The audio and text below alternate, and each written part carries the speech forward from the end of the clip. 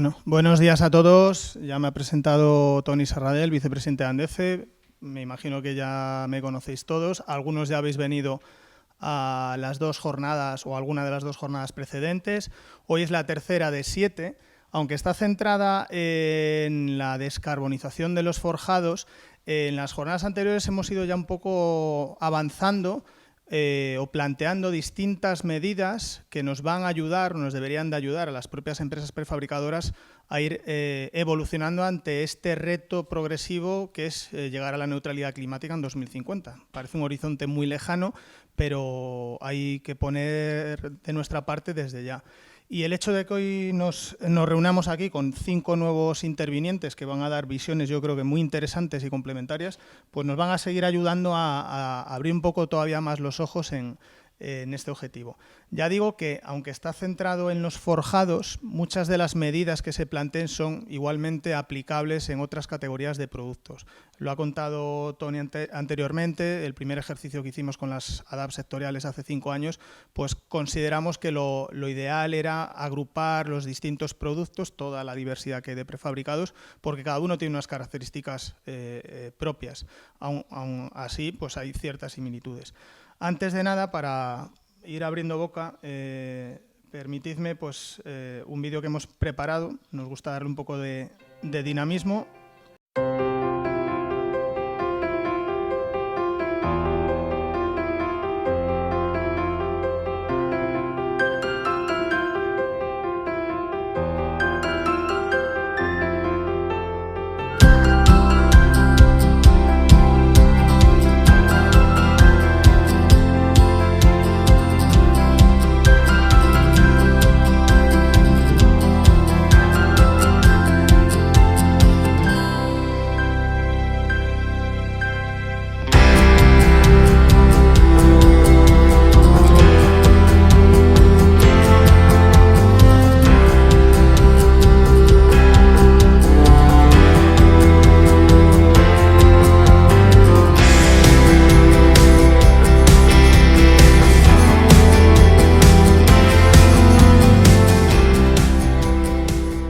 No sé si tenéis alguna pregunta, si no rompo yo un poco el hielo. Vuelvo otra vez al principio y me voy a dirigir a Luis como fabricante de prefabricados, empresa de tercera generación. Toda esta evolución que habéis ido experimentando, una fábrica robotizada que tuvimos la oportunidad hace un par de meses de ir a visitar y yo honestamente quedé realmente impresionado de lo que vi y extraes conclusiones. Aquí estamos hablando de materiales, hay que hacer lo máximo con lo estrictamente necesario. No sé si nos puedes, para quien no haya visitado nunca una planta de prefabricados, porque aquí el público es heterogéneo, pero por ejemplo, una de las cosas que más me llamó la atención era que utilizabais el hormigón estrictamente necesario, o sea, ni 1 centímetro cúbico de más. Como eso, si nos puedes dar algunas otras ideas de lo que os ha, lo que contribuye de alguna manera a la tecnología para cumplir con estos objetivos. Vale, bueno, pues sí, la tecnología yo creo que es la base fundamental del control de todo, ¿no? O sea, quiero decir, el acero, nosotros no consumimos acero, las máquinas, bueno, debido a sus programas específicos EVOS, lo que hacen es saber perfectamente qué bandeja se va a encofrar y qué producto se va a fabricar. Entonces, a la hora de fabricar, nosotros, por ejemplo, si tenemos que hacer una ventana, en el proceso de fabricación no cortamos el mallazo. Lo que hacemos es fabricamos el hueco de la ventana. Y entonces no produces un acero de más que luego tienes que recortar, reutilizar, tal. Con el consumo de hormigón, como has dicho Alejandro, pues lo mismo. Las máquinas en base a programas lo que hacen es cubicar perfectamente los metros cúbicos de hormigón de cada prefabricado único y esas máquinas de hormigón automático tienen 10 ventanas que lo que hacen es abrirse y cerrarse de tal manera que saben dónde está la ventana, dónde está el hueco, dónde se tiene que parar, dónde está el costero. Entonces sabemos perfectamente los metros cúbicos de hormigón porque ya está testado desde el principio, ¿no? Bueno, es un antes y un después en el sector de la construcción porque yo creo que nosotros que llevamos también mucho tiempo y sabemos cómo funcionan pues los productos prefabricados más clásicos como las viguetas, las perlosas, las placas, el salto es cualitativo, o sea, cuando ves ese tipo de tecnología te das cuenta de que primero ya no hay retorno, el el que ve la fábrica se da cuenta de que la forma de construir que vamos a tener ahora está en función de este tipo de maquinaria, porque los procedimientos están muy testados y además aúna todo, aúna eficiencia energética, sostenibilidad, huella de carbono, engloba todo el conjunto, porque son tecnologías, primero, siempre digo lo mismo, o sea, nosotros cuando montamos esta instalación, primero te das cuenta de que para cuando el nivel tecnológico se ha desarrollado tanto, es que el sistema constructivo es lo óptimo. Ford en 1900 hizo un prototipo y luego hizo la cadena de montaje. Nosotros vemos las cadenas de montaje que ahora tiene la industria del prefabricado de hormigón y te das cuenta de que los prototipos han funcionado, si no eso no se habría desarrollado, ¿no? Cuando hablabais antes de gemelos digitales, nosotros tenemos gemelos digitales y pasamos toda la fabricación 4 días antes por el gemelo digital. ¿Qué nos pasa? Bueno, pues que en el 50 o el 60% de las bandejas los programas también fallan y hace que, pues por ejemplo, los puntos de soldadura no estén a las distancias adecuadas, y nosotros lo que hacemos es corregir pues 1 milímetro, 1,5 milímetros, corregimos la posición de soldadura de la máquina. Eso lo hacemos 4 días antes del proceso de fabricación. ¿Por qué? Porque esos parámetros que hablábamos de ocupación de bandeja y de tiempo de paso de bandeja, si nosotros no pasamos un gemelo digital, eso no se cumpliría y entonces la rentabilidad del producto estaría en entredicho. La tecnología que se ha incorporado ahora y que hay en Europa, bueno, pues a este país va a llegar, es una realidad. Nosotros somos en este momento en los que hemos traído esa tecnología, pero bueno, esa tecnología está en el mercado y mañana otros prefabricadores la van a utilizar, porque el mayor problema no va a ser el comprarla, el mayor problema va a ser el conocimiento de esa tecnología. Luego, bueno, pues será una obviedad que se va a implantar debido a que no tenemos mano de obra cualificada en el sector y al final estamos haciendo en este momento 90.000 viviendas al año en este país. No se podrá hacer menos y tendremos que buscar soluciones alternativas que garanticen, aparte de la producción de vivienda, la calidad, la sostenibilidad, la eficiencia. Bueno, esto es una reflexión que yo hago. Entiendo que todo ese control preciso, hablas de milímetros, cosa que en la construcción tradicional hablaríamos de centímetros como fuente posible de errores. Está claro que estamos, yo creo que experimentando un proceso de transformación hacia una mayor industrialización, que lo que se haga en la obra ya sea lo último. Esto debería tener un reflejo en la durabilidad también, que se ha mencionado varias veces, lo ha comentado José Antonio, lo ha vuelto a comentar Miguel.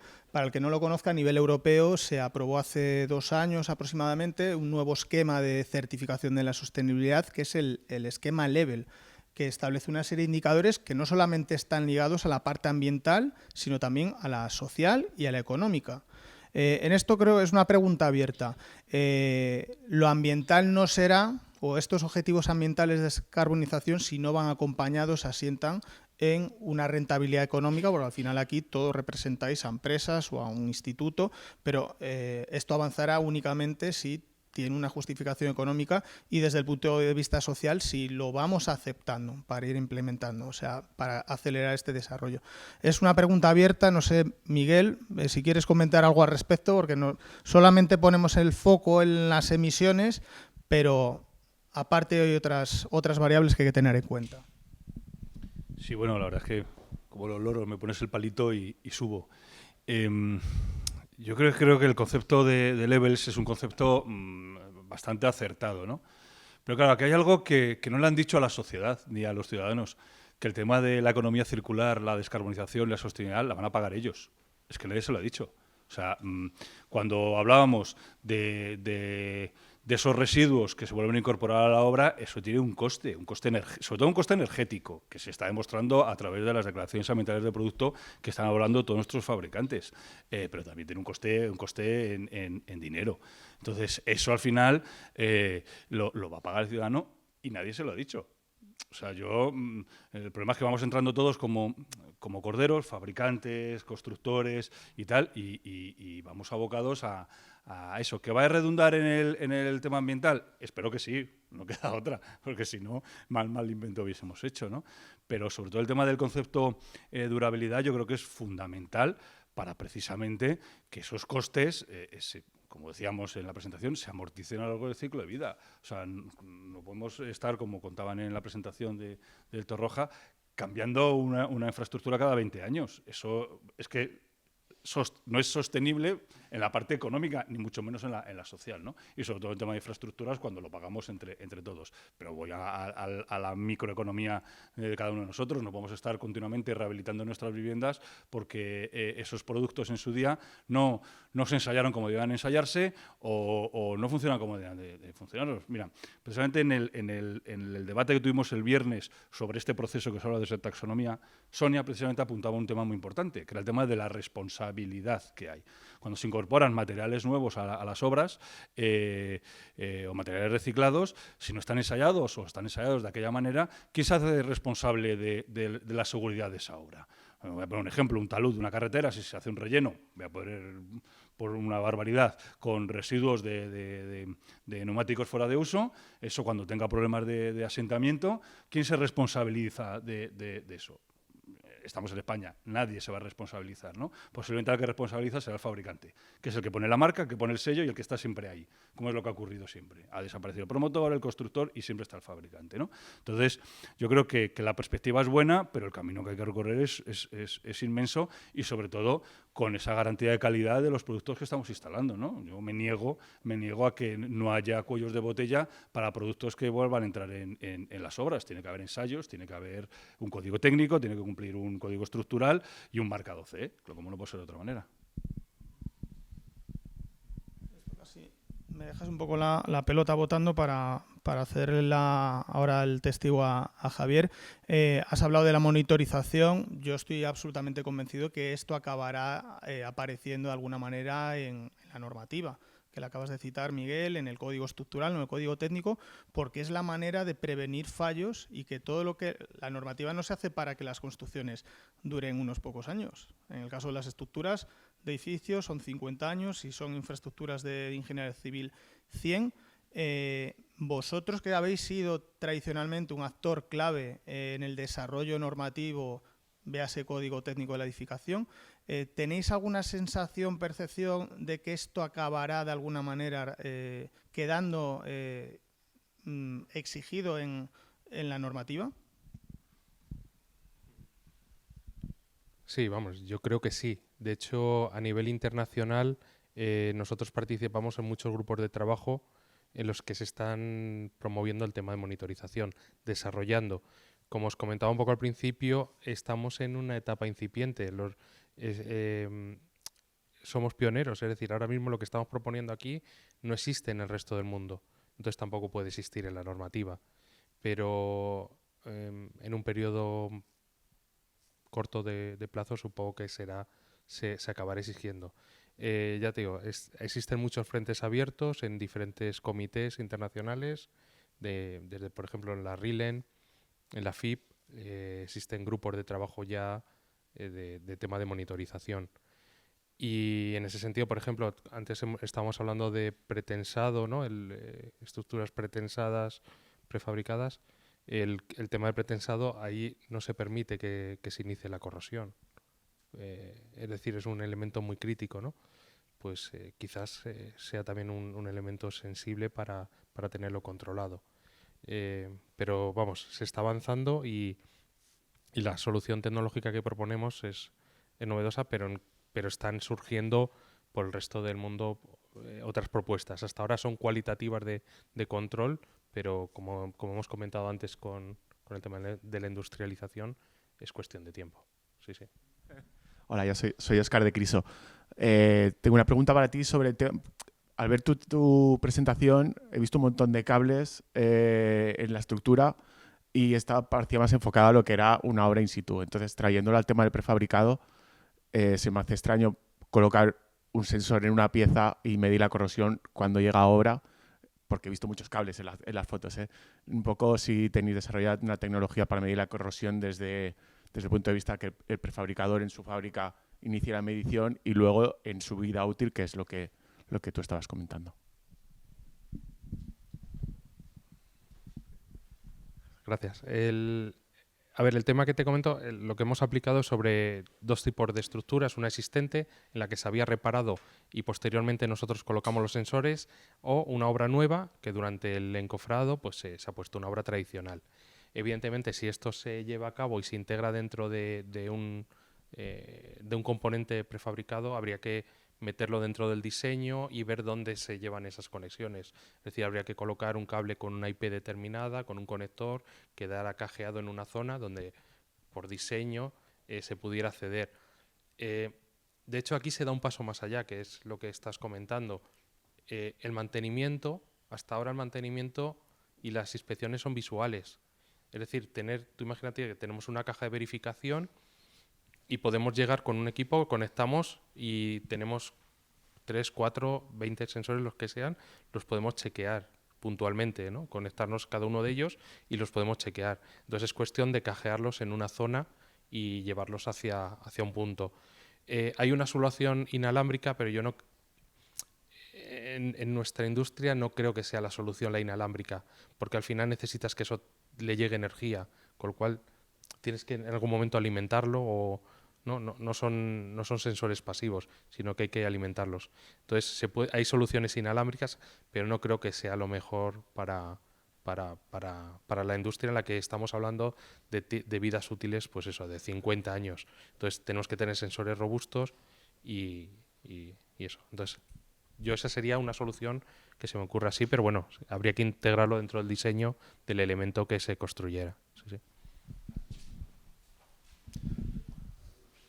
¿Alguna pregunta?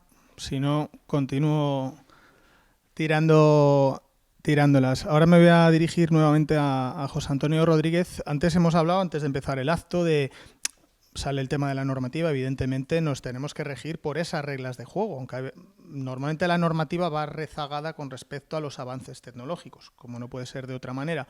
Pero aquí tenemos un problema que vamos a tener que resolver de alguna manera. Has mencionado el tema del pretensado. Hoy hablamos de forjados, no hay que dejarlo atrás. Elementos prefabricados de hormigón pretensado. Y en este caso la normativa, los cementos que podemos utilizar son muy, muy pocos. Y precisamente son los que tiene una mayor huella ambiental. Vuelvo otra vez a poner de manifiesto cómo observas, además Mapei, que es una empresa internacional con origen italiano, si tenéis una visión panorámica de en otros países qué se está haciendo al respecto, qué pensáis que se debería hacer aquí para ser un poco más flexible en el uso de cementos con la contribución de los aditivos. Has puesto ahí las mejoras que podéis proporcionar de reducción de cementos, pero es una de las medidas que hemos contemplado y que además tiene una mayor trascendencia en el caso de los forjados. Sí, efectivamente. Quizás hay un problema filosófico de base. A ver, el hormigón es una roca artificial que creamos en poco tiempo y que trata de representar lo que la naturaleza tarda millones de años en hacer. Pero nuestra roca artificial es bastante pobre, entre comillas. A ver, 25, 30, 50, 60 megapascales. A ver, cualquier roca tiene bastante más. A ver, bueno, empezando ya una caliza puede llegar a 70, 80, depende de cómo esté. Tienes un gneiss, puedes llegar a 120, 150, 180, igual hay rocas que tienen más. Es decir, estamos creando una roca que no es una roca muy buena. Entonces, con la tecnología que tenemos ahora, quizás tendríamos que tratar de, la tecnología que tenemos en el CUBE, tratar de mejorar las prestaciones de lo que estamos haciendo. A ver, una cosa que tampoco se trató, por ejemplo, aquí hablamos de corrosión, efectivamente, la vida útil, básicamente del hormigón viene por la corrosión de la armadura. ¿Podemos plantear en algunos casos la sustitución de la armadura por algo que no se corroa? Pues puede ser. Hay cosas que se están haciendo en este sentido. Hormigones de UHPC, cosas de estas. A ver, es posible hacer cosas y vamos a tener que hacerlas sí o sí. Y yo creo que lo que tendremos que hacer es no ponernos tantos límites como nos los estamos poniendo ahora. Es decir, si prestacionalmente yo puedo dar la resistencia que tú necesitas para pretensar a las horas que tú necesitas para pretensar, ¿por qué no voy a poder utilizar otra alternativa de cemento? Siempre que garantice durabilidad, la vida útil, etcétera, etcétera. Siempre que puedas garantizar el resto de cosas, ¿por qué no lo vamos a poder utilizar? Otra cosa que ya, bueno, pues el pasivado de las armaduras, etcétera, etcétera, hay que verlo de forma completa, no es solamente, no focalizar solo en la resistencia. Porque si tú hablas de durabilidad, no solamente es que un hormigón tenga 70, 80 megapascales en vez de 50, 60. También es que tengas un buen pasivado que te permita que esa durabilidad pues se garantice. A lo mejor pues que no baje tanto el pH, etcétera, etcétera. Bueno, es un tema, es un reto bonito. O nosotros lo definimos como un reto, pero creo que sí que mirar más prestaciones y no tanto. A ver, este reto ha venido, aunque venía desde hace tiempo llamando a la puerta, ha venido ahora con mucha fuerza y va a haber que cambiar cosas, pero lo que hagamos hay que hacerlo con criterio. No volvernos locos y efectivamente pues lo que hagamos a hacerlo bien. Pero bueno, que si se han trabajado con cementos CEM1 tradicionalmente en el prefabricado es lógicamente porque son los que nos permiten tener las prestaciones que nosotros queremos y la durabilidad que nosotros queremos garantizada desde hace tiempo. Pero si tenemos que ir a nuevos escenarios, pues que lo que hagamos que lo garanticemos también.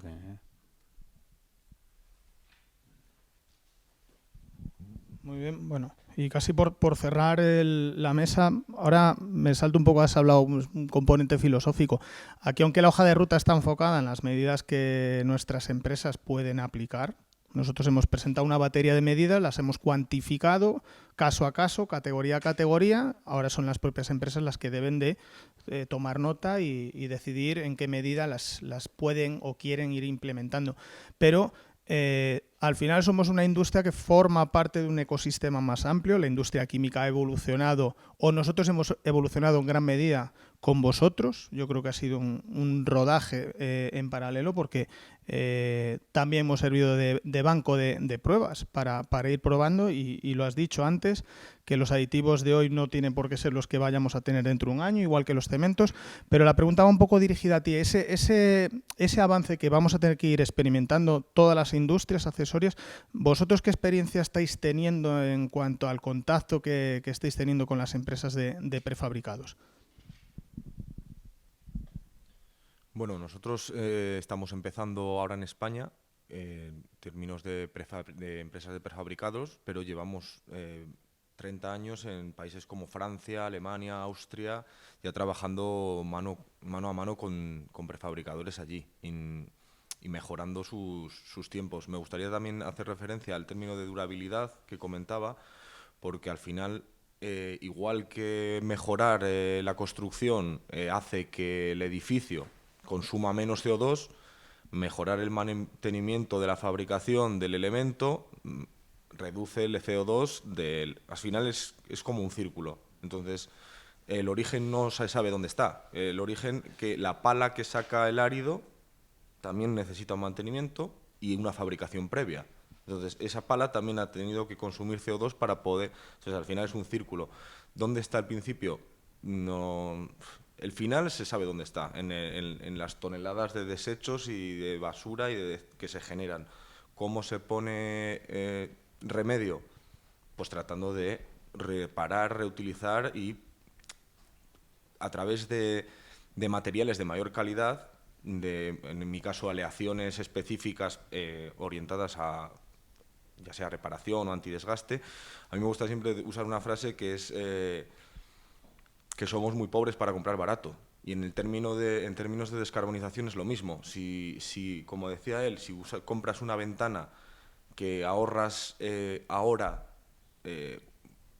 una tonelada de CO2, pero luego a largo plazo generas 5, no estamos haciendo nada. Entonces, es una inversión que hay que hacer, siempre la va a acabar pagando en última instancia el consumidor final, que somos todos, pero que se trata de no pensar en un ahorro inmediato, sino en un ahorro a largo plazo. Y en términos de descarbonización es lo mismo. Se trata de invertir para obtener un retorno de la inversión a largo plazo. Nosotros en ese sentido estamos alineados ahí. Es decir, yo no quiero que tú pienses que yo voy a ofrecerte una solución mucho más económica que un competidor, sino que te voy a ofrecer una solución de la mayor calidad para que tú ahorres en términos económicos, de descarbonización, de generación de residuos y de consumos energéticos y aumentes tu calidad.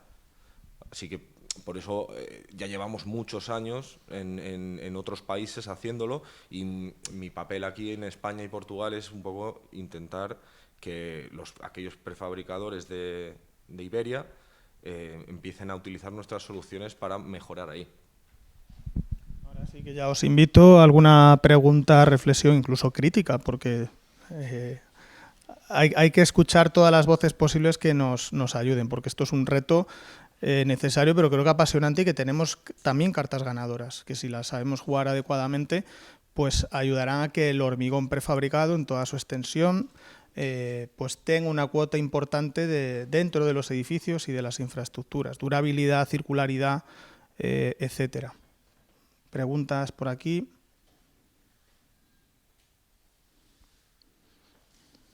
Nada, no sé si es que ya se ha dicho todo. No hay ninguna pregunta.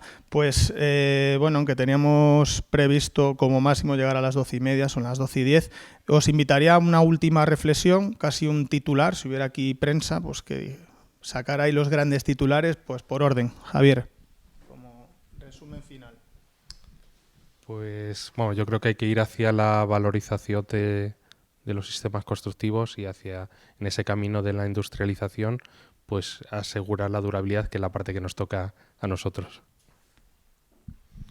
Pues mi titular sería que es necesario una contabilidad real del CO2 que nuestras empresas están ahorrando. No hay una contabilidad, como decía en mis conclusiones. Todos los que aquí están fabricando, al final ese ahorro de CO2 no está reflejado en ningún sitio, ¿no? Esos esfuerzos, que al final no deja de ser esfuerzos de inversiones, de tecnología, de conocimiento, no están en ningún lado reflejados, y eso sí que hay que ponerlo en valor, y las asociaciones, yo creo que tenemos ese deber, ¿no? Poner en valor ese esfuerzo que están haciendo nuestros fabricantes día a día por mejora de la calidad, sobre todo, y sobre todo por contribuir en este caso a la descarbonización. Bueno, en mi caso yo creo que la descarbonización, en el momento de la industrialización, llega la descarbonización por sí misma, en una parte. Creo que hay que hacer un esfuerzo de explicación, de explicar estoy hablando de la industrialización y de la descarbonización, al público en general. O sea, yo creo que la sociedad, cuando ve la industrialización, la ve como un producto sovietizado muchas veces, y eso es lo que nosotros tenemos que cambiar. Y yo creo que ahora mismo, cuando hablas a la sociedad de eficiencia energética, sostenibilidad, y además se la explicas con ahorros energéticos y con eficiencia, la gente lo entiende, y eso es un reto muy importante. Bueno, pues quizás mi reflexión final sería para decir que la tecnología que podemos tener en MAPE y la tecnología del CUBE puede colaborar a la descarbonización en la industria del hormigón, tanto el prefabricado como el hormigón normal.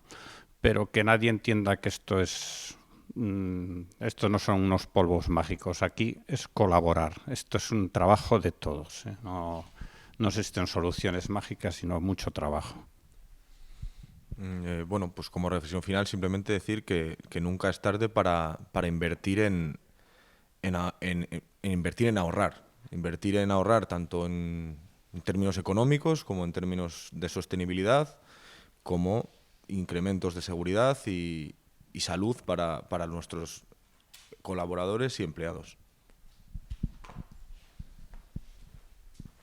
Bueno, pues nada, antes de terminar, hoy hemos hecho el tercer evento de los 7 que tenemos programados para este año, de tecnología y descarbonización. El siguiente será el jueves 1 de junio, en menos de un mes. Y como telón de fondo, los elementos prefabricados de hormigón para fachadas. Traeremos a nuevos ponentes que nos irán dando nuevas pinceladas acerca de este reto que tenemos todos en general, no solamente nosotros como prefabricadores. Así que nada, Javier, Miguel, Luis, José Antonio, Rodrigo, daros las gracias por habernos dedicado esta mañana. A todos vosotros, como ya habéis venido algunos, pues espero que nos volvamos a ver. Así que gracias y hasta la próxima.